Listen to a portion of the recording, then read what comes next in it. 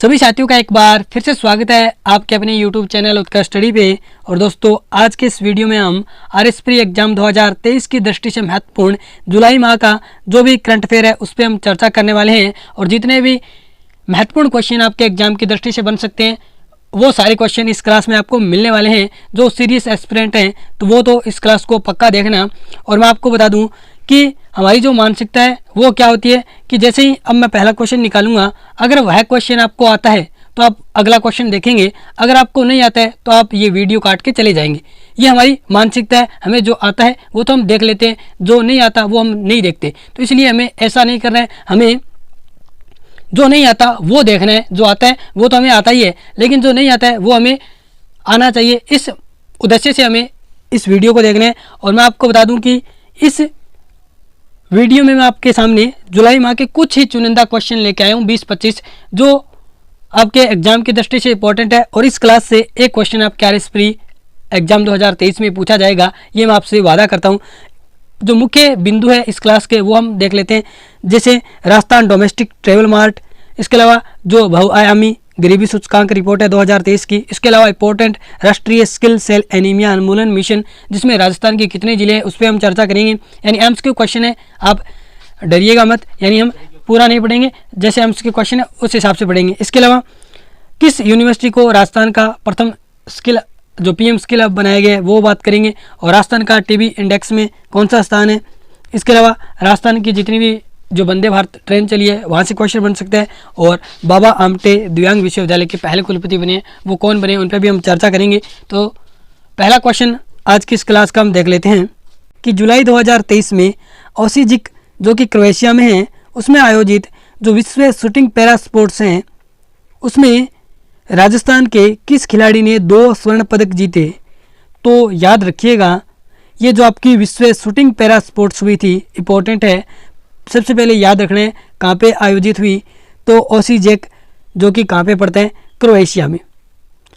इसमें 2 gold medal किसने जीते, तो रुद्रास खंडेलवाल ने। और इनका संबंध किस खेल से है, तो शूटिंग से, क्योंकि इस खेल से भी आपको पता चल रहा है कि विश्व शूटिंग पैरा स्पोर्ट्स, तो यानी ये शूटिंग की प्रतियोगिता थी जिसमें हमारे भरतपुर के जो रुद्रास खंडेलवाल हैं इन्होंने 2 गोल्ड मेडल जीते। ये आपसे पक्का पूछा जाएगा। अब हम बात कर लेते हैं इसके अलावा हमारे राजस्थान के और कौन से खिलाड़ी हैं जिन्होंने इस प्रतियोगिता में गोल्ड मेडल या फिर कौन सा मेडल जीता। तो सबसे पहले बात कर लेते हैं जो रुद्रेश खंडेलवाल हैं जो कि भरतपुर जिले के रहने वाले हैं।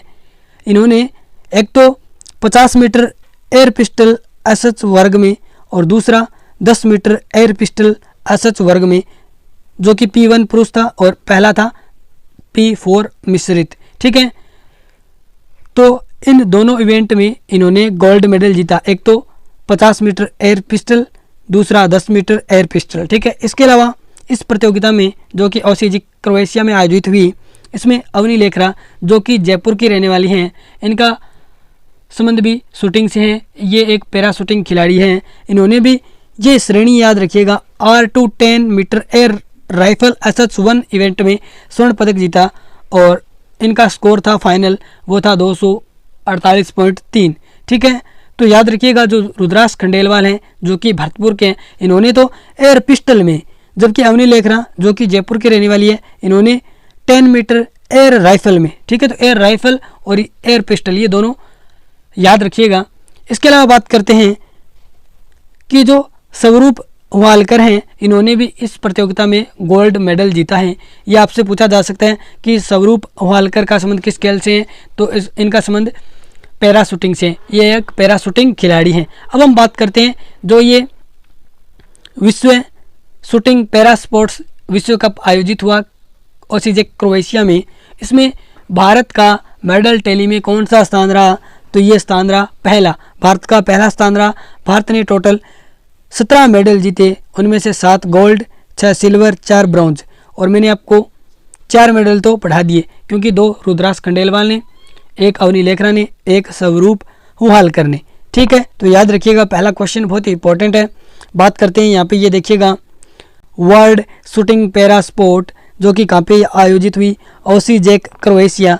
कब आयोजित हुई ये आपको याद नहीं रखना है। और ये दोस्तों जो आपको फ़ोटो नज़र आ रही है ये है रुद्रेश खंडेलवाल, जिन्होंने इस प्रतियोगिता में 2 स्वर्ण पदक जीते, एक तो 50 मीटर एयर पिस्टल में और एक 10 मीटर एयर पिस्टल में।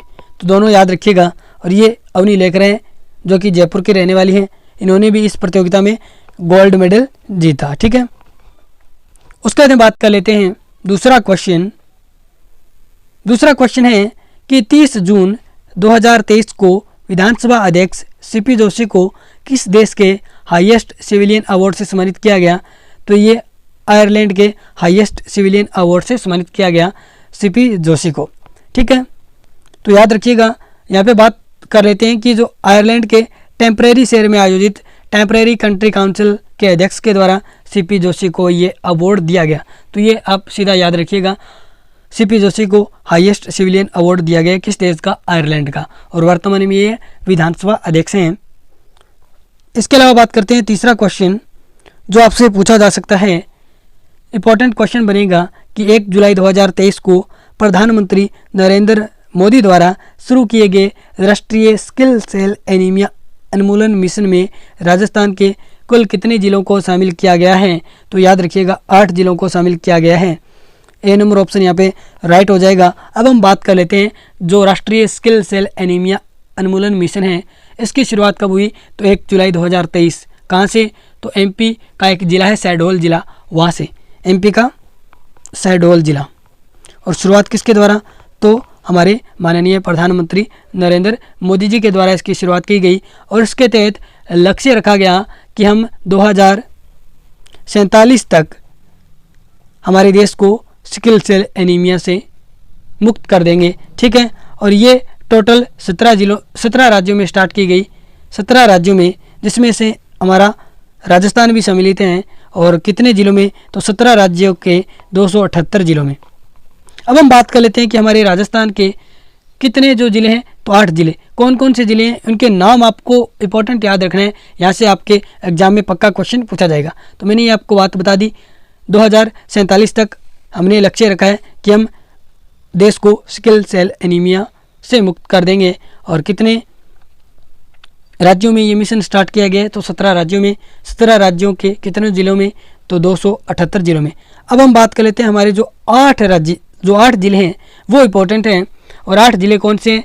लगभग बात करते हैं दक्षिणी राजस्थान के। कौन कौन से? तो डूंगरपुर, बांसवाड़ा, प्रतापगढ़, उदयपुर, राजसमंद, चित्तौड़गढ़, 6 ज़िले तो ये हैं, और सिरोही पाली 2 ज़िले ये हैं। ठीक है, तो ये 8 ज़िले याद रखिएगा। पूछा जा सकता है, क्वेश्चन आ सकता है कि निम्नलिखित में से कौन सा जिला राष्ट्रीय सिकल सेल जो उन्मूलन मिशन है उसमें सम्मिलित नहीं है। ठीक है, 3 इनमें से दे देगा, एक कोई अन्य जिला आपसे ऑप्शन में दे देगा। तो याद रखिएगा, ऐसा क्वेश्चन पूछा जा सकता है। तो यहाँ पे ये फोटो दिख रही है आपको सीपी जोशी की, जिनको हाईएस्ट सिविलियन अवार्ड मिला है। ठीक है, उसके बाद में बात करते हैं चौथा क्वेश्चन, ये भी इम्पोर्टेंट है आपका, जो राष्ट्रीय बहुआयामी गरीबी सूचकांक रिपोर्ट 2023 है, जो कि किसके द्वारा जारी की गई? नीति आयोग के द्वारा जारी की गई। इसके अनुसार राजस्थान में पिछले 4 वर्षों में कितने लोग गरीबी से बाहर आए हैं? ये क्वेश्चन आपसे पूछा जाएगा। ये क्वेश्चन इंपॉर्टेंट रहेगा। तो 13.56% लोग हैं वो पिछले 4 वर्षों में गरीबी से बाहर निकले हैं। ठीक है, अब हम बात कर लेते हैं जो आपका ये राष्ट्रीय बहुआयामी गरीबी सूचकांक रिपोर्ट है, जो कि नीति आयोग के द्वारा जारी की जाती हैं, ये याद रखिएगा। और इसका ये दूसरा संस्करण था, दूसरा संस्करण। ठीक है, पहला संस्करण 2021 में जारी किया गया। और अब समझिएगा, इसमें जो आंकड़े हैं वो 2015-16 से लेके 2019-2021 तक के आंकड़े हैं। और हमारे यहाँ पे जो ये आंकड़े इस रिपोर्ट में जारी किए गए, तो इस रिपोर्ट में हमें जो गरीबी है, बहुआयामी गरीबी, उसमें व्यक्तियों की संख्या में काफ़ी गिरावट हमें देखने को मिली। और इस रिपोर्ट के अनुसार कितने व्यक्ति हैं, कितने लोग हैं वो गरीबी से बाहर निकले हैं? तो टोटल भारत में 13.5 करोड़ लोग हैं वो इस रिपोर्ट के अनुसार गरीबी से बाहर निकले हैं। ठीक है, ये राष्ट्रीय बहुआयामी गरीबी सूचकांक है या रिपोर्ट है 2023 की, नीति आयोग के द्वारा जारी की गई है। 13.5 करोड़ लोग हैं वो इस रिपोर्ट के अनुसार गरीबी से बाहर निकले हैं। अब बात करते हैं कि जो 2019-21 में बिहार में बात करते हैं कि जो प्रतिशत में सबसे तेज गिरावट दर्ज की गई है इस सूचकांक के अनुसार, तो 2019-21 की बात करें तो यहाँ पे बिहार में इस रिपोर्ट के अनुसार जहाँ पे जो गरीबी दर है उसमें गिरावट देखने को मिली है और सबसे ज़्यादा 51.89 से घटकर ये 33.76। तो आपसे क्वेश्चन आ सकता है कि किस राज्य में सबसे तेज प्रतिशत में गिरावट देखने को मिली है, तो बिहार में। और इसके अलावा आपसे पूछा जा सकता है कि सबसे ज़्यादा जो लोग हैं वो किस राज्य से गरीबी से मुक्त हुए हैं, तो उत्तर प्रदेश। यानी हमने बात की टोटल 13.5 करोड़ लोग हैं वो इस सूचकांक के अनुसार गरीबी से बाहर आए हैं। सबसे ज़्यादा किस राज्य के, तो उत्तर प्रदेश के। कितने लोग, तो 3.43 करोड़ लोग, या हम कह सकते हैं कि 34.3 मिलियन लोग। ठीक है, तो याद रखिएगा 34.3 मिलियन लोग हैं वो उत्तर प्रदेश के, जो कि सबसे ज़्यादा है, वो बहुआयामी गरीबी से मुक्त हुए हैं। इसके अलावा बात करते हैं कि जो गरीबी की तीव्रता है वो 47% से घटकर 44% रह गई है। और बात करें कि इस जो राष्ट्रीय बहुआयामी गरीबी सूचकांक है इसके 3 बहुत ही महत्वपूर्ण आयाम रखे गए जो आपको याद रखने हैं: स्वास्थ्य, शिक्षा, जीवन स्तर। इसके अलावा 12 इंडिकेटर्स थे और ये आपकी रिपोर्ट है। इसमें आपको स्पष्ट नज़र आ रहा है कि 13.5 करोड़ लोग हैं वो गरीबी से बाहर आए हैं। और ये जो आंकड़े हैं वो 2015-16 से लेकर 2019-21 तक के हैं। ठीक है, और बात करते हैं कि टोटल गरीबी जो कि 2015-16 में 24.85% थी, जो कि 2019-21 में कितनी रही है, तो 14.96। ये भी आप याद रखिएगा। यहाँ पे मैंने बात आपको सारी बता दी कि 12 इंडिकेटर्स थे। इसके अलावा जो सबसे तेज गिरावट बिहार राज्य में देखने को मिली है, जबकि संख्या के मामले में बात करें तो सबसे ज़्यादा लोग यूपी के गरीबी से बाहर आए हैं। उसके बाद बात करते हैं 5वां क्वेश्चन कि 16 जुलाई 2023 में राजस्थान सरकार द्वारा जो तेली समुदाय के सामाजिक, शैक्षणिक एवं आर्थिक उन्नति के लिए जो बोर्ड गठन किया है इसका नाम क्या है, तो याद रखिएगा इसका नाम है राजस्थान राज्य तेलघाणी विकास बोर्ड। ठीक है, इसको मंजूरी किसके द्वारा दी गई, तो हमारे जो माननीय मुख्यमंत्री हैं अशोक गहलोत जी के द्वारा दी गई। और इस बोर्ड में कितने अध्यक्ष हैं, तो याद रखिएगा राजस्थान राज्य तेलघाणी जो विकास बोर्ड है इसमें कुल 5 सदस्य होंगे, जिसमें से एक अध्यक्ष, एक उपाध्यक्ष, 3 सदस्य। ठीक है, ऐसे याद रखेंगे, एक अध्यक्ष, एक उपाध्यक्ष और 3 सदस्य। जो ये होंगे 5 टोटल, ये 5 ही गैर सरकारी सदस्य होंगे, जबकि इसके अलावा इसमें 7 सरकारी सदस्य। तो 7 सरकारी सदस्य, 5 गैर सरकारी सदस्य। और जो 5 गैर सरकारी सदस्य हैं उनमें से एक क्या होगा, अध्यक्ष, 2 उपाध्यक्ष, एक अध्यक्ष, एक उपाध्यक्ष और 3 है वो सदस्य होंगे। ठीक है, याद रखिएगा। उसके बाद में बात करते हैं कि छठा क्वेश्चन है कि 27 जुलाई 2023 को, ये इंपॉर्टेंट क्वेश्चन है कि नई दिल्ली में आयोजित जो national health tech innovation conclave है उसमें राजस्थान के स्वास्थ्य विभाग के किस एप्लीकेशन को national public health excellence award से सम्मानित किया गया, तो ये किया गया परसव वॉच।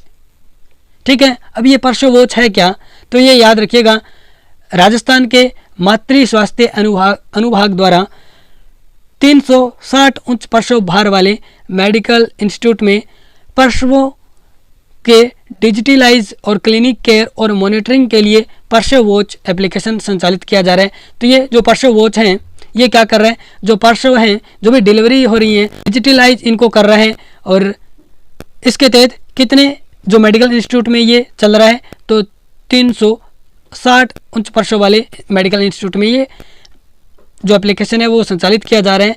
और इसके तहत हमें जो ये हेल्थ टेक कॉन्क्लेव हुआ उसमें हमें चिकित्सा क्षेत्र में अभिनव इनोवेशन, अभिनव का मतलब नया इनोवेशन करने के लिए ये हमें पुरस्कार दिया गया। कौन सा पुरस्कार, तो याद रखिएगा national public health excellence award. National public health excellence award हमें दिया गया। क्यों दिया गया, तो चिकित्सा के क्षेत्र में नवीन इनोवेशन करने के लिए, अभिनव या नया इनोवेशन करने के लिए। और ये कहाँ पे दिया गया, तो नेशनल हेल्थ टेक इनोवेशन जो इनोवेशन कॉन्क्लेव हुआ नई दिल्ली में उसमें दिया गया। ठीक है, और ये देखिएगा 27 जुलाई को, ये याद रखिएगा। अगर आपसे ये नहीं पूछा जाए तो ये आपसे पूछा जा सकता है कि national health tech innovation conclave कहाँ पे हुआ, तो नई दिल्ली में। ठीक है, बात कर लेते हैं अगले क्वेश्चन की।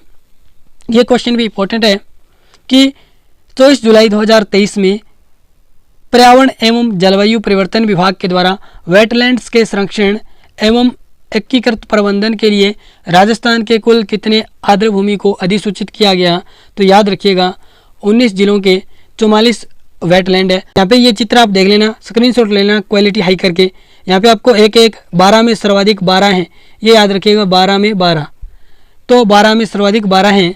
और यहाँ पे टोटल 44 कितने 44 ये वेटलैंड है, इनको नोटिफाइड किया गया है। ठीक है, ये आप नाम देख लेना, जैसे जालौर में रणखार है, सिरोही में लखरेव तालाब हैं, उसके अलावा उदयपुर में मेनार तालाब वेटलैंड कॉम्प्लेक्स हैं, उसके अलावा पाली में लखोटिया तालाब है और लरोड़िया तालाब है। ये सारे आप देख लेना एक बार। ठीक है, नेक्स्ट देखिएगा कि 14 से 16 जुलाई 2023 को राजस्थान डोमेस्टिक ट्रेवल मार्ट 2023 का आयोजन कहाँ पे किया गया, तो याद रखिएगा ये किया गया आपके जयपुर में 14 से 16 जुलाई। ठीक है, और ये कहाँ पे किया गया, तो झालाना स्थित राजस्थान इंटरनेशनल सेंटर। और राजस्थान इंटरनेशनल सेंटर के प्रथम निदेशक किसको बनाया गया, तो निहाल चंद गोयल को। ये भी याद रखिएगा, निहाल चंद गोयल को इस राजस्थान इंटरनेशनल सेंटर का पहला अध्यक्ष बनाया गया या निदेशक बनाया गया। और ये आपको फोटो है राजस्थान डोमेस्टिक ट्रेवल मार्ट, जिसका आयोजन 14 से 16 जुलाई जयपुर में किया गया। और इसका उद्घाटन किसके द्वारा किया गया, तो हमारे पर्यटन मंत्री विश्वेंद्र सिंह के द्वारा किया गया। ठीक है, इसका मुख्य उद्देश्य कि प्रदेश में घरेलू पर्यटन को बढ़ावा देने के उद्देश्य से ये आयोजित किया जा रहा है। ठीक है, ये याद रखिएगा। उसके बाद बात करते हैं 9 नंबर क्वेश्चन कि किस यूनिवर्सिटी में राजस्थान का प्रथम पीएम स्किल हब बनेगा, तो ये याद रखिएगा कोटा यूनिवर्सिटी में। आपको सीधा याद रखना है, बी नंबर ऑप्शन इस क्वेश्चन का राइट आंसर हो जाएगा। और बात कर लेते हैं अगला क्वेश्चन कि ओमान में आयोजित अंडर 15 एशियन कुश्ती चैंपियनशिप में किस खिलाड़ी ने स्वर्ण पदक जीता, तो ये जीता अश्विनी बिश्नोई ने, जो कि किस जिले की हैं, तो भीलवाड़ा जिले की। और ये फीमेल रेसलर हैं, इनकी फ़ोटो आप देख सकते हैं। उसके बाद बात करते हैं, ये भी क्वेश्चन इंपॉर्टेंट रहेगा कि राजस्थान में जो स्वास्थ्य विभाग है उसने टीबी मुक्त अभियान के तहत कौन सा पोर्टल लॉन्च किया है, ये क्वेश्चन पक्का पूछा जाएगा। तो याद रखिएगा निक्षय, यानी टीबी को हम 6 भी बोलते हैं, तो निक्षय पोर्टल है, इसको लॉन्च किया गया है किसके द्वारा, तो स्वास्थ्य विभाग के द्वारा। और किस मिशन के तहत, तो टीबी मुक्त अभियान के तहत। ठीक है, अब हम बात कर लेते हैं, याद रखिएगा जो टीबी मुक्त अभियान है इसके तहत एक अभियान चलाया गया है, हमारे गांव टीबी न पसारे पाँव। इस अभियान के तहत निक्षय पोर्टल लॉन्च किया गया है। और बात कर लेते हैं कि जो आपका ये टीबी मुक्त अभियान है ये स्वास्थ्य विभाग के द्वारा 15 अगस्त 2022 से लेके अप्रैल 2023 तक चला। और इसी के तहत एक अभियान चलाया गया, हमारे गांव टीबी ना पसारे पाँव। और इसी अभियान के तहत एक पोर्टल लॉन्च किया गया, इसका नाम है निक्षय पोर्टल। ठीक है, तो याद रखिएगा। और इसके अलावा राजस्थान में जो भी टीबी से संबंधित रोगी हैं उनकी आर्थिक सहायता के लिए राजस्थान निक्षय समल योजना भी चलाई जा रही है। इसके तहत टीबी रोगी हैं उनको प्रतिमाह 2500 रुपये सहायता राशि दी जा रही है। ये याद रखिएगा, राजस्थान निक्षय संबल योजना के तहत जो भी टीबी रोगी हैं उनको प्रतिमाह कितने रुपए की आर्थिक सहायता दी जा रही है, तो 2500 रुपये की आर्थिक सहायता दी जा रही है। उसके बाद बात करें कि जो राजस्थान का टीबी इंडेक्स रिपोर्ट 2022 है उसमें कौन सा स्थान है, तो चौथा स्थान है। ठीक है, याद रखिएगा राजस्थान का टीबी इंडेक्स में चौथा स्थान है। ओवरऑल भारत में बात करें तो प्रथम स्थान किसका है, तो हिमाचल प्रदेश का। जबकि बात करें कि जो हमारे राजस्थान का कौन सा स्थान है, तो चौथा स्थान है, पहला स्थान हिमाचल प्रदेश का है। ये भी आप याद रखिएगा। नेक्स्ट क्वेश्चन देख लेते हैं। ये क्वेश्चन सबसे इम्पोर्टेंट पक्का पूछा जाएगा, जो हमारी सबसे चर्चित योजना है राजस्थान की, जो कि पूरे भारत में चर्चित है, मुख्यमंत्री चिरंजीवी स्वास्थ्य बीमा योजना। इसके तहत एक प्रावधान जोड़ा गया है, वो आप याद रखिएगा। 4 जुलाई 2023 को ये प्रावधान जोड़ा गया। ये तारीख भी इंपॉर्टेंट है, कौन सा प्रावधान जोड़ा गया, तो याद रखिएगा तो प्रदेश के बाहर किसी भी अस्पताल में निःशुल्क अंग प्रत्यारोपण कराया जा सका है। यानी राजस्थान के बाहर अन्य जो राज्य हैं वहाँ पे भी इस योजना के तहत राजस्थान के जितने भी निवासी हैं वो अपना निःशुल्क अंग प्रत्यारोपण करवा सकते हैं। तो ये प्रावधान 4 जुलाई को जोड़ा गया मुख्यमंत्री चिरंजीवी स्वास्थ्य बीमा योजना, जिसके तहत आप सभी को पता है कि 25 लाख तक का स्वास्थ्य बीमा दिया जाता है। इसके तहत एक नया प्रावधान जोड़ा गया है कि प्रदेश के बाहर जो भी हमारे राजस्थान के निवासी हैं वो निःशुल्क अंग प्रत्यारोपण करवा सकेंगे। और ये अंग प्रत्यारोपण किसकी अनुशंसा पे की जाएगी, तो ये सरकारी चिकित्सालय महाविद्यालयों में गठित ट्रांसप्लांट इवेल्युएशन कमेटी के द्वारा। तो ये इस कमेटी का नाम याद रखिएगा कि जो अंग प्रत्यारोपण जो कि बाहरी किसी भी अस्पताल में करवाया जा सकता है निःशुल्क, तो ये किस कमेटी के अनुशंसा पे, तो ये याद रखिएगा ट्रांसप्लांट इवेल्युएशन कमेटी के अनुशंसा पर। ये देखिएगा बजट 2023-24 का हमारा आया था, उसमें राशि 10 लाख से बढ़ाकर 25 लाख कर दी गई थी, ये भी आप याद रखिएगा। नेक्स्ट देख लेते हैं कि 13वां क्वेश्चन है, प्रधानमंत्री नरेंद्र मोदी ने राजस्थान की किस दूसरी वंदे भारत एक्सप्रेस ट्रेन को 7 जुलाई 2023 को हरी झंडी दिखाकर रवाना किया, तो ये याद रखिएगा जोधपुर से अहमदाबाद के बीच। डी नंबर ऑप्शन आपका राइट हो जाएगा। उसके बाद में बात करते हैं कि जो ये 17 जुलाई 2023 को झंडी दिखाई गई, तो ये जोधपुर से अहमदाबाद के बीच में चलेगी। उसके बाद में बात करते हैं कि पहली वंदे भारत ट्रेन जो कि अजमेर से दिल्ली छावनी के मध्य चली, ये कब चली, तो ये 12 अप्रैल 2023। और ये हाल ही में जो BSTC एग्जाम हुआ था उसमें पूछा गया था कि राजस्थान की पहली वंदे भारत ट्रेन किस तारीख को चली, तो ये तारीखें आप याद रखिएगा। पहली वंदे भारत ट्रेन की तारीख है 12 अप्रैल 2023, जबकि जो दूसरी वंदे भारत ट्रेन है उसकी तारीख है 7 जुलाई 2023। और यहाँ पे ये देखिए राजस्थान एंड गुजरात के मध्य सेकंड वंदे भारत ट्रेन जोधपुर से अहमदाबाद के मध्य, ठीक है, कब, तो 7 जुलाई 2023। ये तारीख याद रखिएगा, पहली 12 अप्रैल 2023। नेक्स्ट देखिएगा क्वेश्चन, ये क्वेश्चन भी इंपॉर्टेंट है और आप सभी को पता होगा कि 27 जुलाई 2023 को हमारे जो माननीय प्रधानमंत्री नरेंद्र मोदी जी हैं उनके द्वारा सीकर का दौरा किया गया। और ये क्वेश्चन आपसे पक्का पूछा जाएगा, यहाँ पे कौन कौन से मुख्य कार्यक्रम इनके द्वारा किया गए उन पे हम चर्चा करेंगे। तो क्वेश्चन देखिएगा कि 27 जुलाई 2023 को प्रधानमंत्री नरेंद्र मोदी ने सीकर जिले के दौरे के दौरान अमृतसर जामनगर आर्थिक गलियारा के 500 किलोमीटर से अधिक लंबे खंड का लोकार्पण किया, जो राजस्थान से गुजरेगा। ये कहाँ से कहाँ तक है, तो याद रखिएगा ये हनुमानगढ़ से जालौर तक है। कितना किलोमीटर, तो ये 500 किलोमीटर से भी अधिक लंबा है। ये किसका भाग है, तो ये अमृतसर जामनगर आर्थिक या इकोनॉमिक जो कॉरिडोर है उसका भाग है।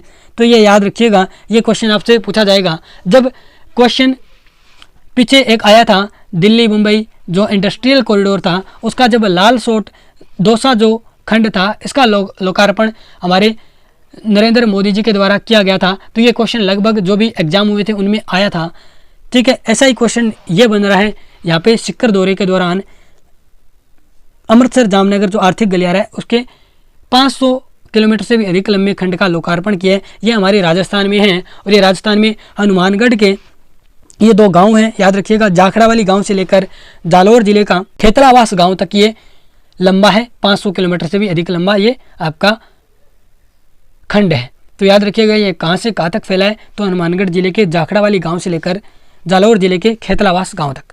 अब देखिएगा जो इस दौरान ये दौरा था नरेंद्र मोदी जी का, इनके द्वारा 7 मेडिकल कॉलेज हैं, इनकी आधारशिला रखी गई। अब ये ज़िले भी आपको याद रखने पड़ेंगे कौन कौन से, तो बारा, बूंदी, करौली, झुंझुनू, सोहमादपुर, टोंक, जैसलमेर, ठीक है। ये आप याद ना रखें तो ये भी जरूर याद रखिएगा कि इन्होंने 5 चिकित्सा महाविद्यालयों का उद्घाटन किया। तो कौन कौन से, धौलपुर, चित्तौड़गढ़, सीकर, सिरोही, गंगानगर, ये याद रखिएगा। 7 तो मेडिकल कॉलेज का आधारशिला रखी, यानी इनका निर्माण अभी स्टार्ट किया जाएगा, जबकि 5 चिकित्सा महाविद्यालय उनका निर्माण हो चुका है, उनका उद्घाटन किया है। कौन कौन से जिलों में, तो धौलपुर, चित्तौड़गढ़, सीकर, श्री गंगानगर और सिरोही। उसके बाद में 6 एकलव्य आदर्श आवासीय जो विद्यालय हैं उनका उद्घाटन किया गया। तो 2 उदयपुर में है, 2 बांसवाड़ा में है, 1 प्रतापगढ़ और 1 डूंगरपुर। ये 6 एकलव्य आदर्श मॉडल आवासीय स्कूल हैं, इनका उद्घाटन किया गया। तो अब आपसे ये कथन के माध्यम से पूछा जा सकता है कि प्रधानमंत्री मोदी ने सीकर के दौरे के दौरान 6 एकलव्य आदर्श आवासीय विद्यालयों का शिलान्यास किया या फिर आधारशिला रखी, तो नहीं, उद्घाटन किया। ठीक है, ऐसा भी कथन गलत करवा सकता है। उसके बाद में बात करते हैं कि इस दौरान प्रधानमंत्री नरेंद्र मोदी ने पीएम प्रमाण योजना भी लॉन्च की। इसका मुख्य उद्देश्य क्या है, तो जैविक खाद के उत्पादन पर बल देना। और इसके अलावा जो आपकी गोल्डन यूरिया है, जो कि सल्फर युक्त यूरिया है, उसका भी उद्घाटन किया था। गोल्डन यूरिया सल्फर युक्त यूरिया है, यह भी आप याद रखिएगा। और हाल ही में चंद्रयान 3 ने भी चंद्रमा पे सल्फर की होने की पुष्टि की है। उसके बाद में बात करते हैं, ये देखिए नरेंद्र मोदी जी का जो 27 जुलाई 2023 को सीकर का ये दौरा था, इसके दौरे के दौरान 5 मेडिकल कॉलेजों का उद्घाटन किया, 7 मेडिकल कॉलेजों की आधारशिला और 6 एकलव्य मॉडल आवासीय स्कूलों का उद्घाटन किया। 2 उदयपुर में, 2 बांसवाड़ा में, 1 प्रतापगढ़, 1 डूंगरपुर। इस क्वेश्चन देख लेते हैं कि 1 जुलाई 2023 को जयपुर स्थित बाबा आमटे दिव्यांग विश्वविद्यालय, जो कि जामडोली जयपुर में है, इसके प्रथम कुलपति किन्हें नियुक्त किया गया, तो डॉक्टर देव स्वरूप, याद रखिएगा। इसके अलावा बात कर लेते हैं कुछ और इंपॉर्टेंट जो यूनिवर्सिटियों के बारे में संबंधित हैं, जैसे संत पिंपा रिसर्च स्टडी सेंटर कहाँ पे है, तो मोहनलाल सुखाड़िया यूनिवर्सिटी उदयपुर में है। इसके अलावा जयनारायण व्यास विश्वविद्यालय में लोक देवता वीर तेजाजी का शोध केंद्र स्थापित किया गया है, तो ये भी आप याद रखिएगा। नेक्स्ट बात कर लेते हैं 16वां क्वेश्चन। ये क्वेश्चन भी इंपॉर्टेंट है कि केंद्र सरकार की जो स्वदेश दर्शन योजना 2.0 है, उसमें राजस्थान के कौन से 2 शहर शामिल किए गए हैं, तो याद रखिएगा जोधपुर और बूंदी। सी नंबर ऑप्शन आपका राइट हो जाएगा। उसके बाद में बात करते हैं 27 जो आपका 17वां क्वेश्चन है कि 9 जुलाई 2023 को केंद्रीय शिक्षा मंत्रालय के द्वारा वर्ष 2021-22 के लिए जारी राज्य केंद्र शासित प्रदेशों हेतु जो परफॉर्मेंस ग्रेडिंग इंडेक्स है, PGI 2.0 इंडेक्स है, उसमें राजस्थान को कौन सी रैंकिंग प्रदान की गई है, तो ये याद रखिएगा आकांक्षी फर्स्ट ग्रेड। ठीक है, तो यहाँ पे बात कर लेते हैं राजस्थान का स्कोर, तो 577.5 स्कोर रहा और राजस्थान किस श्रेणी में आया, तो आकांक्षी फर्स्ट ग्रेड में। उसके बाद में बात करें सबसे ऊपर कौन है, तो चंडीगढ़ और पंजाब, और ये किस श्रेणी में है, तो प्रचेष्टा 2 श्रेणी में है। बात कर लेते हैं कि कौन कौन सी श्रेणियां होती है, तो आपको याद नहीं रखना है। तो पहली श्रेणी होती है 941 से झार, जिसका स्कोर होता है उसको दक्ष बोलते हैं। उसके बाद में दूसरी जो श्रेणी है उसको उत्कर्ष बोलते हैं। तीसरी श्रेणी अति उत्तम, चौथी उत्तम, उसके बाद में प्रचेष्टा। तो प्रचेष्टा में भी कोई नहीं है, तो आपसे ऐसा पूछा जा सकता है कि भारत के चंडीगढ़ और जो पंजाब है वो दक्ष श्रेणी में है, तो दक्ष में नहीं है। तो याद रखिएगा दक्ष, उत्कर्ष, अति उत्तम, उत्तम, प्रचेष्टा 1, ये जो आपकी 5 श्रेणियां हैं, इनमें भारत का कोई भी राज्य नहीं है, न ही केंद्र शासित प्रदेश है, बल्कि जो प्रचेष्टा 2 श्रेणी है उसमें चंडीगढ़ और पंजाब है, और हमारी जो आकांक्षी 1 श्रेणी है जो कि 521 से लेकर 580 तक, यानी हमारा 577.5 स्कोर है, तो हम आकांक्षी फर्स्ट में हैं। ठीक है, तो ये याद रखिएगा। उसके बाद में ये देख लेना, ये जो हमारी 5 श्रेणियाँ हैं 1, 2, 3, 4, 5, यहाँ पे हमारे कोई भी जिले नहीं हैं। उसके बाद में जो प्रचेष्टा सेकंड है उसमें चंडीगढ़ और पंजाब है। उसके बाद में आपकी जो हमारी जो आकांक्षी ग्रेड फर्स्ट है उसमें 13 राज्य हैं। ठीक है, उसमें राजस्थान भी सम्मिलित है। उसके बाद में बात करते हैं, हमारा 18वां क्वेश्चन आ जाता है कि जुलाई 2023 में ब्राज़ील में आयोजित 30 वर्ल्ड यूथ डेफ बैडमिंटन जो चैंपियनशिप हुई उसमें स्वर्ण पदक जीतने वाली जो गुरांशी है उनका संबंध किस जिले से है, तो ये याद रखिएगा गुरांशी शर्मा कोटा जिले की रहने वाली हैं और ये आपकी पैरा बैडमिंटन खिलाड़ी हैं, डेफ जो है बैडमिंटन खिलाड़ी हैं। उसके बाद बात करते हैं कि जो ये 2 प्रतियोगिता हुई आपको याद रखनी है ब्राज़ील में, एक तो 6ठी world youth deaf badminton championship जो कि सीनियर लेवल की थी, और तीसरी बात करते हैं तीसरी विश्व बधिर युवा बैडमिंटन, ये जूनियर लेवल की थी। ठीक है, तो जूनियर में भी गुरांशी शर्मा ने 2 मेडल जीते। कौन कौन से, तो एक आपको नजर आएगा यहाँ पे देखिएगा जो ये तीसरी जो कि जूनियर लेवल की थी, तीसरी विश्व बधिर बैडमिंटन चैंपियनशिप, उसमें गुरांशी शर्मा ने 2 मेडल जीते। कौन से? तो कांस्य पदक। एक तो मिश्रित श्रेणी में ये देखिए गुरांशी का नाम है, और एक महिला युगल श्रेणी में इनका नाम है गुरांशी का। तीसरी जो विश्व बधिर बैडमिंटन चैंपियनशिप हुई जिसका आयोजन ब्राज़ील के पेराडी मिन्स में किया गया, उसमें तो इन्होंने 2 कांस्य जीते। जबकि जो छठी यूथ डेफ जो कि सीनियर लेवल की हुई ब्राज़ील में, उसमें इन्होंने गोल्ड मेडल जीता। तो याद रखिएगा। और बात करते हैं कि टोटल जो तीसरी हुई थी विश्व बधिर चैंपियनशिप, उसमें भारत ने टोटल 4 पदक जीते, 4 रजत पदक और 5 कांस्य पदक, यानी टोटल 9 पदक। ठीक है। उसके बाद में ये देखिए 6th senior world deaf badminton championship, उसमें आदित्य और जर्लिन, ये भी आप याद रखिएगा। याद रखें तो वुमेन डबल इवेंट है जो कि इन्होंने भी गोल्ड मेडल जीता और आदित्य ने सिल्वर मेडल जीता सिंगल में, वुमेन सिंगल में। आदित्य ने, ये महिलाएं, इन्होंने भी कौन सा मेडल जीता? तो सिल्वर। और डबल में इन्होंने संयुक्त रूप से गोल्ड मेडल जीता। ये देखिएगा यहाँ पे, ये जो तीसरी है आपकी विश्व बधिर बैडमिंटन चैंपियनशिप जो कि ब्राज़ील में, यहाँ पे गुरांशी शर्मा, इन्होंने 2 कांस्य पदक जीते। ठीक है। और उसके बाद में बात करते हैं, ये गुरांशी शर्मा की फ़ोटो है, आप देख पा रहे होंगे। जो छठी विश्व जो बधिर सीनियर लेवल की जो बैडमिंटन चैंपियनशिप या प्रतियोगिता थी, उसमें इन्होंने गोल्ड मेडल जीता। ये दोनों बातें याद रखिएगा।